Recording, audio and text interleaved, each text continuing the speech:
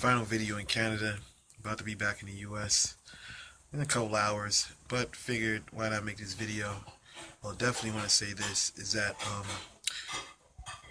Canada's a totally different experience. If you're first time, it's your first time, if, going to Canada, or you're thinking about going to Canada, this is what I have to say from my experience. Being a person, who's lived in the U.S. and lived in Haiti, and it's a different experience. You know, and this experience is, I would say, a cultural experience. Because you find an extreme form of diversity, which is good. You know, when I say an extreme form of diversity, it's not like the diversity in the U.S. where you have people living there, but they live amongst themselves. They don't talk to other people whatsoever. It's totally different out here. Everybody's mixing and mingling whatsoever. It is what it is. It's like a melting pot. When you live in the United States, it's like it's either black or white. What I'm saying? You got a lot of boundaries that are basically set in the U.S. Um, when you step out here, you get on a bus, public transportation, whatever it is, you see everything from brown, yellow, white, black, whatsoever. You see everything. And the thing is, when you think about the history of Canada, what I'm saying? It's like, when you hear about slavery in the U.S., you hear about the Underground Railroad from the north and from the south to the north, the migration from the south to the north. My thing is, where do you mean, what do you mean by migration to the north? Because when we think of that in America, what we've been told is that the Underground Railroad wasn't to North America, like your areas like, New York, things of that nature. What I'm saying? This is what you think of, you think of that, and that's the end. What I'm saying? But when you really when you really do your research and you experience, the Canadian life, you understand that there's more history that we haven't been told in the U.S. in regards to what you call the Underground Railroad.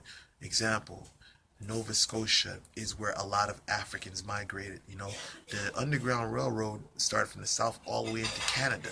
What I'm saying? This is one thing we probably didn't hear about in the U.S. I'm just saying, for me, I know education is slighted in the U.S., where, let's just say, if you're in a upscale school, you're probably going to get better education. But for me, speaking of a person who got a degrading education in the U.S., my education stopped with the Underground Railroad in America, and that's it. But coming here to Canada, you hear about Nova Scotia, you hear a lot about the Amish, because in America we think the Amish are just a bunch of people that wear black clothing, and they're just funny, they just stay to themselves, and they're just a bunch of funny looking people. But the Amish had a lot to do with helping Africans get free in Canada, and this is what you're not told. What I'm saying? Nova Scotia is where a lot of blacks settled. They migrated into Canada, and that's where they settled. What I'm saying? So you even get a glimpse of that history. So now when you start moving to Toronto, you start seeing more of, the diversity. You have people from India, you have people from, Arabia, all parts of the world, Europe, whatsoever, Africa. You find all types of people. So sometimes when I make the videos out here, it's like, sometimes people don't understand. They're like, well, they don't, like, they watch the videos, they're like, they're kind of shocked, as though people that I have on the videos, saying this is just the way it is in Toronto, Canada. It's not like US, where I just have this one or two people, but I'm talking, these people that come on my video. I've had biracial people come on my video, I've had people from India come on my video, I've had black people come on my video whatsoever. What I'm saying? And it's like, that's just the way it is out here. What I mean? It's like your next door neighbor, your next door neighbor can be anything. What I'm saying? So this is the thing I say, is that when you step out into Toronto, Canada, you gotta definitely be where you're at the moment. What I'm saying? A lot of baggage that you have from the US, you gotta basically keep that where it belongs. What I'm saying? Like, you go up into the store, you're automatically thinking that these white folks gonna follow you in a fucking goddamn store. That's a US thing. What I'm saying? Like, you're thinking, when you first come here, when I first came to Canada, I was saying, yo, is it will cops, follow me if I walk down the street whatsoever? Will somebody call the cops on me? And it's like, yo, they're like, yo, people telling me, relax, man, relax. What I'm saying? But that's how it is in the U.S. But you gotta keep that in mind, like, That's an experience in the U.S. You know, if you take that U.S. mentality and bring it to Canada, you won't have a great experience out here. You know what I'm saying? You know, even with the white folks out here, you know what I'm saying? Basically, they're different from those in the U.S. You know what I'm saying?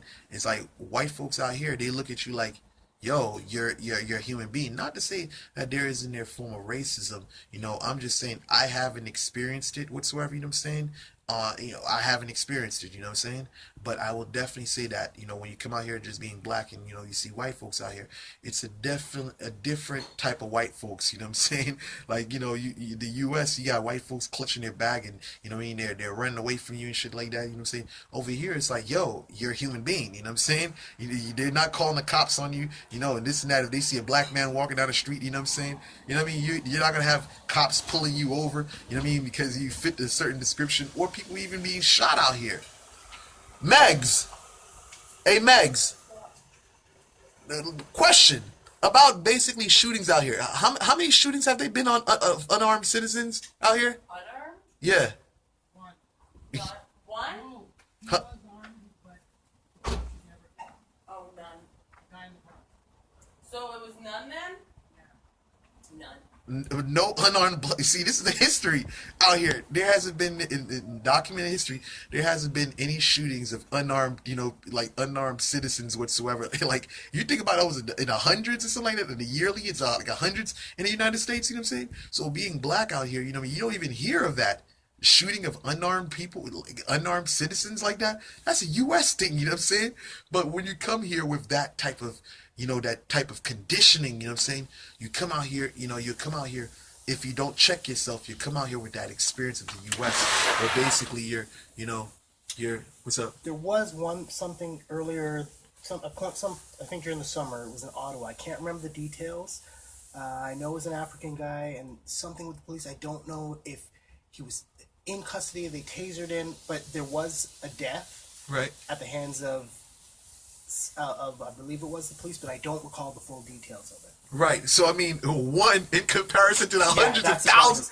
Ours is literally, even if it was one, it's always single digits compared Right. to what happens in the U.S. Right, you know what I'm saying? So this is what I'm saying. You know, Canada's been around for a long time. So when you think about the numbers, and you can make the comparison to numbers, you'll see that it's a big, you know, it's a big like difference. You know what I'm saying?